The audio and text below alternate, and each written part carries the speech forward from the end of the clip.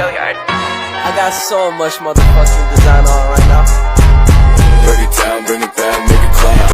Assalamualaikum warahmatullahi wabarakatuh. Halo, kami dari kelompok 5 dengan saya Miftah Nurania dengan NIM 212101808051 dan teman saya Fusrul Fatimah dengan NIM 214101080018.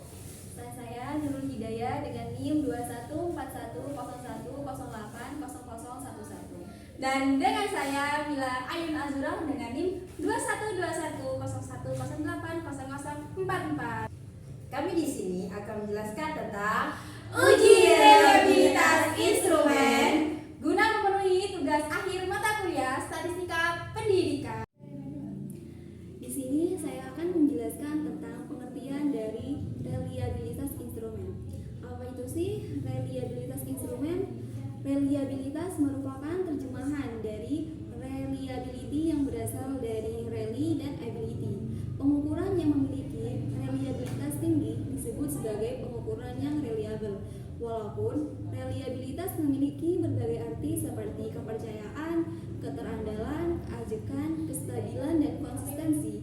Namun, ide pokok yang terkandung dalam konsep reliabilitas adalah sejauh mana hasil pengukuran dapat dipercaya. Nah, dari pengertian tersebut dapat kita simpulkan seperti instrumen yang reliable adalah instrumen yang hasil pengukurannya dapat dipercaya. Salah satu kriteria instrumen dapat dipercaya jika instrumen tersebut digunakan secara berulang-ulang tetapi hasil pengukurannya tetap.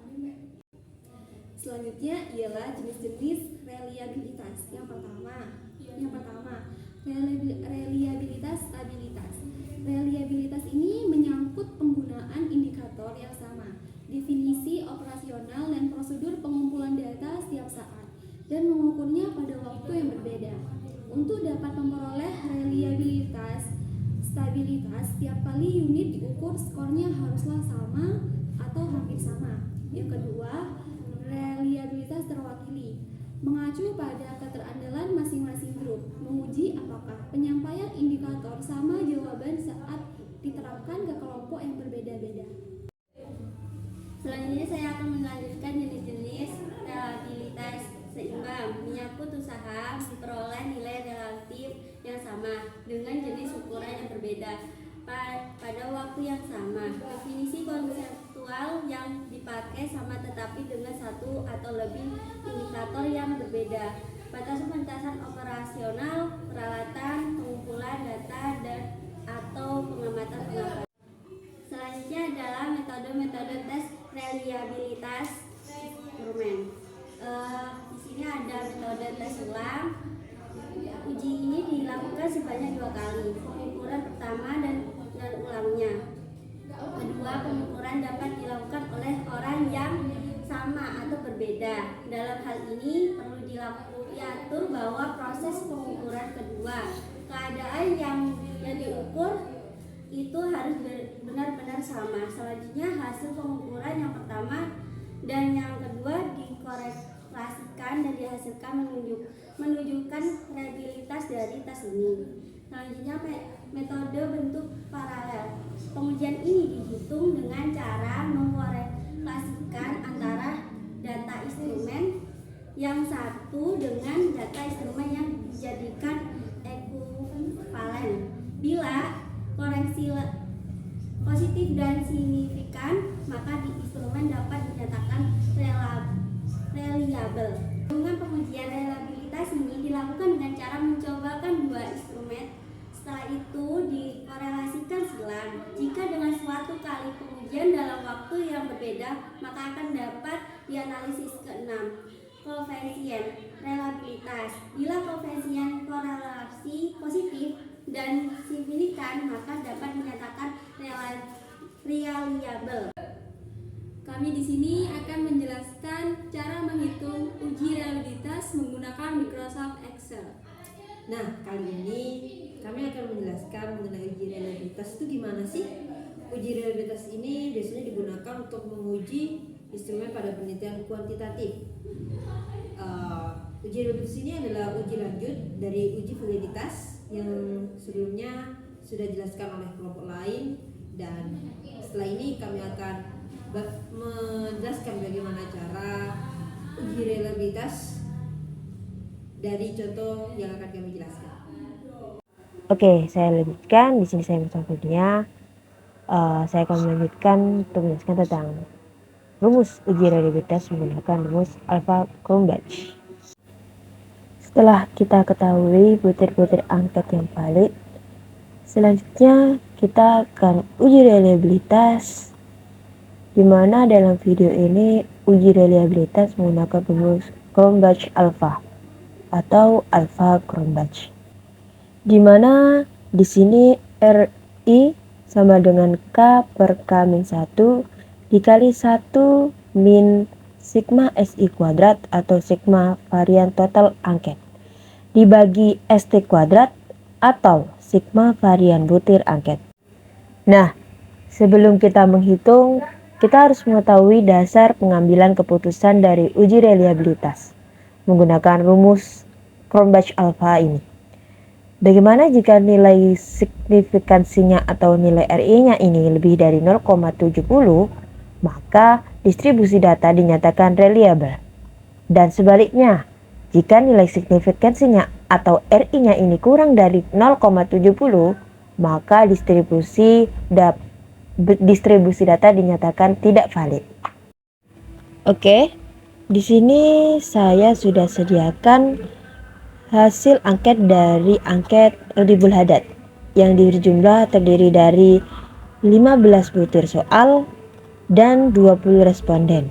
Nah, ini hanya sebagai contoh saja ya. Semisal punya kalian butir angketnya lebih dari 15 dan merespon dengan lebih dari 20, tinggal disesuaikan saja.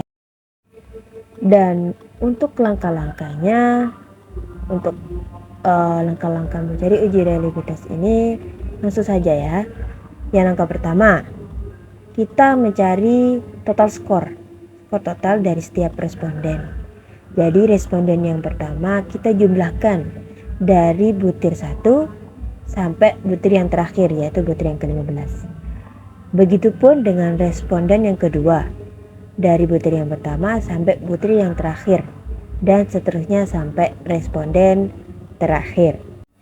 Oke, di sini saya menggunakan rumus sum. Nah, itu. Kita klik 2 kali, lalu kita blok mulai responden pertama sampai butir soal atau responden yang terakhir. Ini saya butir soalnya sampai 15, ditutup kurung dan di enter. Nah, begitupun selanjutnya responden kedua sampai responden yang terakhir.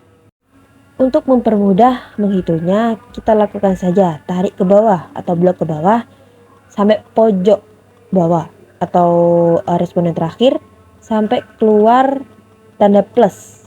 Nah, oke, dan selesai. Lalu selanjutnya kita cari varian butir soal atau butir angket.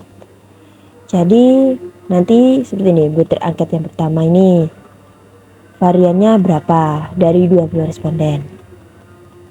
Nah, lalu butir yang kedua variannya berapa.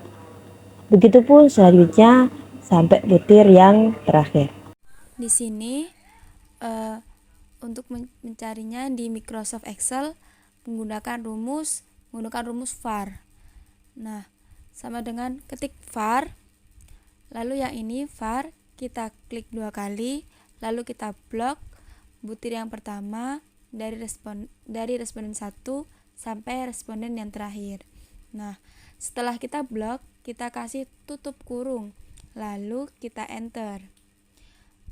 Jika sudah ketemu varian butir soal nomor 1, lalu untuk mempermudah kita, arahkan ke pojok kolom.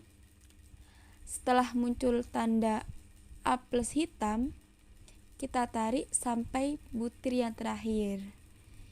Di sini butir akhirnya. Nah, langkah selanjutnya kita mencari sigma varian butir. Caranya, dari varian butir soal ini kita jumlahkan, kita total, dan kita menggunakan rumus sum sama dengan, nah ini sum yang ini kita klik 2 kali, lalu kita blok dari butir 1 sampai butir yang terakhir. Setelah kita blok, kita kasih tutup kurung, lalu kita enter. Nah, untuk mencari yang ini atau ST atau varian total, berarti kita mencari varian dari skor total ini. Rumusnya masih sama dengan var. Kita mencari varian, lalu kita klik 2 kali. Kita blok dari total yang responden pertama sampai responden yang terakhir. Sehingga responden akhirnya 20. Oke, kita tutup kurung, kita enter. Nah, sudah ketemu. Kita sudah mengetahui nilai dari sigma SI kuadrat, yaitu sigma ST kuadrat yang ini. Selanjutnya kita mencari K. K itu apa? Jumlah butir soal, dikarenakan di sini jumlah butir soalnya 15, maka K-nya ini 15. Lalu selanjutnya kita mencari K min 1, atau kita langsung saja K dibagi K min 1 sama dengan 15, atau kita klik yang ini per buka kurung K lagi, berarti 15 lagi min 1 tutup kurung, kita enter. Nah, ini sudah ketemu hasil yang ini, K per K min 1. Selanjutnya kita mencari yang ini, sigma SI kuadrat per sigma ST kuadrat. Nah, ini kita sudah menemukannya, sigma SI kuadrat yakni sigma varian butir dibagi sigma ST kuadrat yakni sigma varian total, lalu kita bagi sama dengan sigma varian butir dibagi varian total. Enter. Nah, ini sudah ketemu. Lalu selanjutnya 1 dibagi yang ini tadi, langsung saja sama dengan 1 diambil yang ini, sigma varian butir dibagi sigma varian batas. Kita enter. Nah, selanjutnya kita mencari hasil ini dikalikan hasil yang ini, yakni sudah ketemu yang K per K min 1 yakni 1,07. Yang ininya 1 diambil sigma kuadrat per ST kuadrat, yang ini 0,807. Berarti kita kalikan sama dengan ini dikali menggunakan bintang seperti ini dikalikan yang ini. Nah, kita enter. Nah, ini sudah ketemu RI, hasil RI. Dikarenakan hasil RI-nya 0,86 lebih besar dari 0,7, yaitu dasar pengambilan keputusannya. Jika RI lebih besar dari 0,7, maka distribusi data atau angka tersebut dinyatakan reliable. Dari sini RI-nya 0,8, berarti lebih besar dari 0,7, maka statusnya angka tersebut reliable. Seperti itu, cukup.